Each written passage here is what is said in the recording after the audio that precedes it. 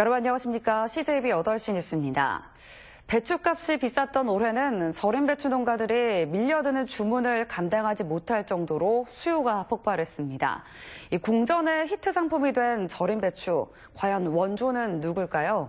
조상훈 기자가 전국에서 가장 먼저 절임 배추를 시작한 농민을 만나봤습니다. 절임 배추가 보편화된 건 맞벌이 문화와 김장 쓰레기, 식생활의 변화 등이 복합적으로 작용한 결과입니다. 시대적 변화를 간파해 절임 배추를 가장 먼저 상품화시킨 건 괴산군 문광면의 김갑수 회장입니다.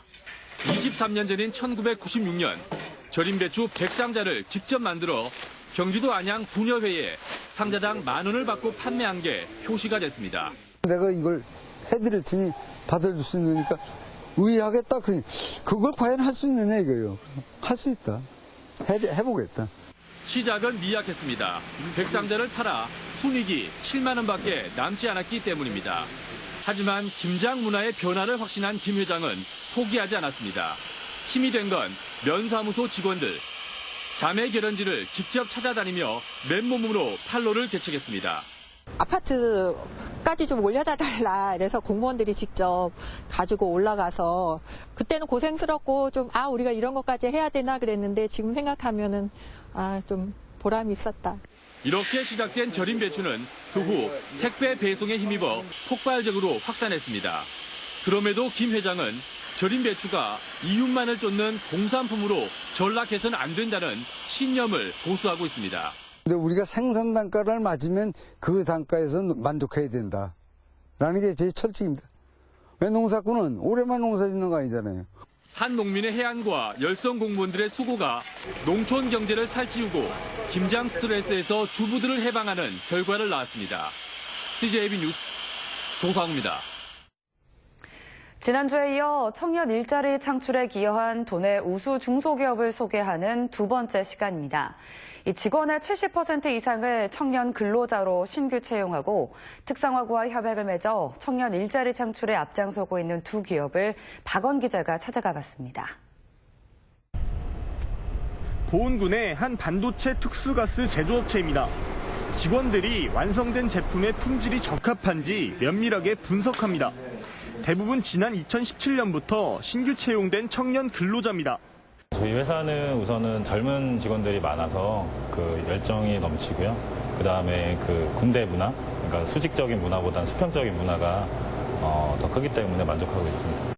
이 업체는 충청북도가 주최한 청년 일자리 우수기업으로 선정됐습니다. 전체 근로자 34명의 70%에 가까운 23명이 청년 근로자로 2년 사이 9명의 신규 청년 일자리를 창출했기 때문입니다. 덕분에 고용환경 개선 자금 3천만 원을 지원받아 안마의자와 운동기구 등 복지시설도 마련했습니다. 보은이고 또 성장 촉진 좀 지역이다 보니까 구직난으로 좀 심한 게 있어요. 이렇게 휴게실 공간이라든가 복지 같은 거 좀 그런 거에 대한 혜택을 많이 하면은 좀 더 산업용 송풍기를 생산하는 또 다른 업체입니다. 이 업체는 특성화고와 협약해 1년 동안 보은 지역 청년 3명을 고용했습니다. 우수기업 발탁 지원금으로 낙후된 화장실과 샤워실을 리모델링해 근로 환경을 개선했습니다. 너무 좋고요. 퇴근할 때 손도 씻고 가고 샤워도 하고 갈 수 있는 좋은 그런 환경이 되어서 아주 만족도가 아주 좋습니다. 직원들한테. 중소기업들이 적극적인 청년 일자리 창출을 통해 실업난 해소와 근무 환경 개선이라는 두 마리 토끼를 잡고 있습니다. CJB 뉴스 박원입니다. 배임과 횡령 혐의로 피소된 청주 모 지역주택조합이사 68살 A씨가 실종 신고 8일 만에 숨진 채로 발견됐습니다.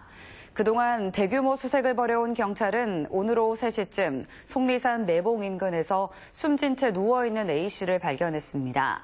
경찰은 현장에서 타살로 볼 만한 정황이 발견되지 않았고 시신은 날이 저물어 내일 헬기를 이용해 이송할 예정이라고 밝혔습니다. 구세군 충북지방본영이 오늘 청주 성안길에서 이시종 지사와 장선배 도의장 등이 참석한 가운데 시종식을 갖고 자선냄비 모금 활동을 시작했습니다.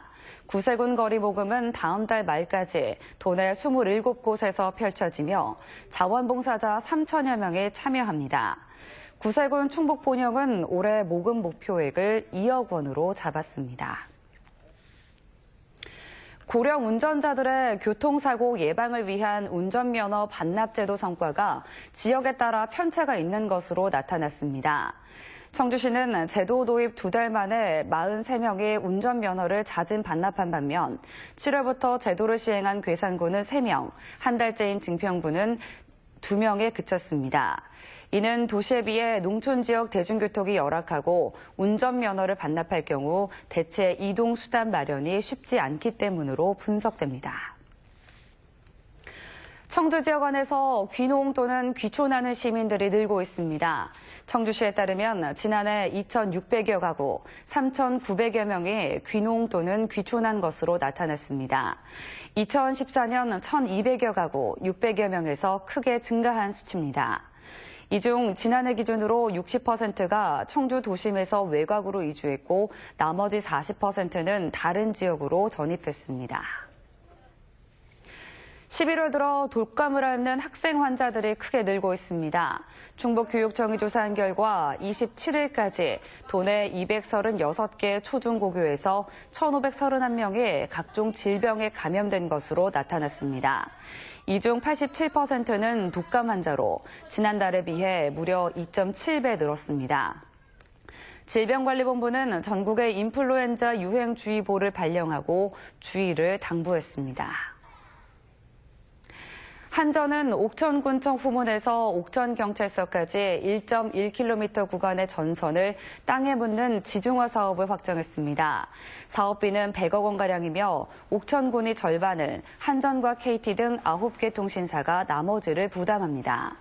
공사는 내년 6월 시작해 2021년 12월 마무리할 예정입니다. 청주지법은 조합장 선거를 앞두고 100만 원이 넘는 명절 선물을 돌린 충북 모 협동조합 조합장 A씨에 대해 벌금 200만 원을 선고했습니다. A씨는 2회 전국 동시조합장 선거에 출마를 준비하던 지난해 9월 조합원 B씨에게 시가 116만 원 상당의 명절 선물을 한 혐의로 재판에 넘겨졌습니다. 위탁선거법 위반으로 벌금 100만 원 이상의 형이 확정되면 당선 무효가 됩니다. 끝으로 날씨입니다. 오늘 충북지방은 대체로 맑은 가운데 낮 기온은 10도에서 14도의 분포를 보였습니다. 오늘 밤에는 차차 흐려진 뒤 내일 오전부터 비가 시작돼 오후에는 도내 전역으로 확대되겠습니다. 모레 새벽까지 예상 강우량은 5에서 20mm입니다. 내일 아침 최저기온은 영하 1도에서 영상 3도, 낮 최고기온은 영상 6도에서 8도의 분포로 오늘보다 낮겠습니다. 이상으로 CJB 8시 뉴스를 마칩니다. 시청해주신 여러분 고맙습니다.